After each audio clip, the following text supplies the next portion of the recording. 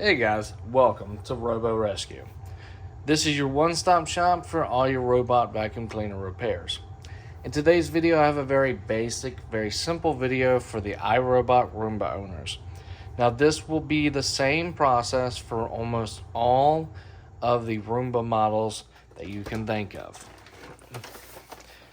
You'll flip over the Roomba, and this is your model number right here. This is a 551. I have below,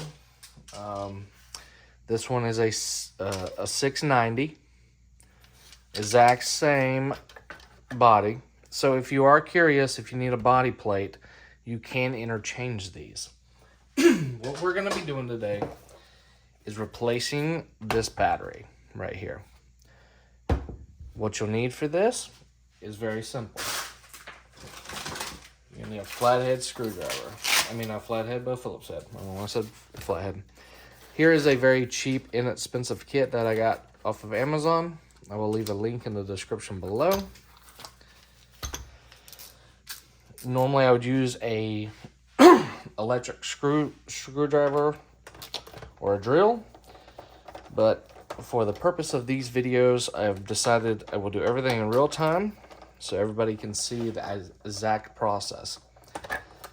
So here we have two Phillips head at the bottom and two Phillips head at the top.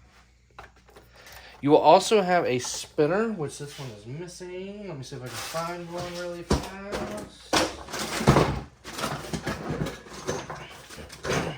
You will also have a spinner right here. This is not necessarily needed to be removed, but to make it easier to get the cover off, I suggest taking the Phillips head out right here, and it will pry up with some force. But other than that, well, I can't talk to go ahead and remove these four Phillips head.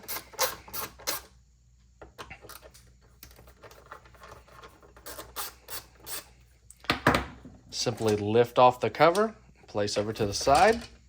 You can see here, this is a replacement battery already, and this is a replacement battery for the iRobot Roomba 500 series 14.4. This is the one from the 690. This is a original Roomba battery. It will actually fit in this one as well, which is pretty interesting. So if you do have multiple of these and you want to test a battery, you can swap them from each other. You can see the difference is just the casing. The iRobot battery has a plastic housing, while this one is just the cells with a shrink wrap style casing with the same notch right here to hold it in. But you can go with a factory style battery. This one's kind of tight, so I believe the grooves right here. Yep. If you look right here, let me zoom y'all in. There are two little rubber pads to keep it from wobbling. The aftermarket battery can wobble around. The factory one will not. So it's up to you which one you use. The rest of this is just putting the cover back on.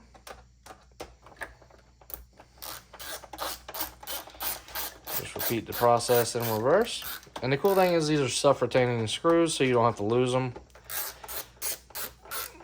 Unlike some other companies that I deal with, that the screws get lost everywhere.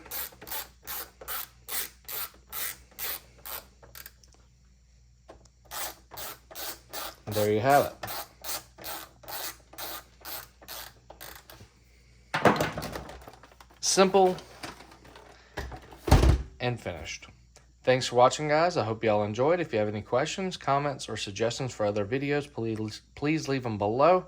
And if you please would subscribe, that would help the channel out a lot, since this is a new channel dedicated only to the robot repairs.